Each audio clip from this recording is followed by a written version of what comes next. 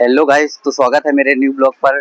तो कैसे आप सभी? आई होप कि आप सभी अच्छे होंगे। अभी मैं आया था मार्केट थोड़ा घूमने के लिए और थोड़ा मुझे काम भी था। तो आप लोग देख सकते हैं यहाँ का मार्केट है। आप लोग बताना कैसा मार्केट है, दिखा रहा हूँ मैं आपको। ये यहाँ का मार्केट है, उतना अच्छा नहीं है बट जैसा भी है, जिस प्लेस पे हम अभी वर्क कर रहे हैं, ये यहाँ का छोटा मोटा मार्केट है। आप लोग देखिए, ये यहाँ पूरा एकदम मार्केट दिख रहा है एकदम से क्लियर। तो अभी हम लोग क्या एक शॉप ढूंढ रहे हैं। हम लोग को क्या ऑफिस का ड्रेसअप फिट कराना था, तो वो भी हम लोग उसी के लिए निकले हैं। जैसे मिल जाता है तो हम ना जो जिसके लिए आए हैं वो उसको पूरा करेंगे। तो फाइनली अभी आप लोग देख सकते हैं यहाँ पे टाइम भी हो रहा है, हमारा खाने का टाइम भी होगा, 7:30 बजे खाना आ जाता है। ये यहाँ पे हेल्थ केयर है, यहाँ पे हम लोग मेडिसिन वगैरह ले सकते हैं।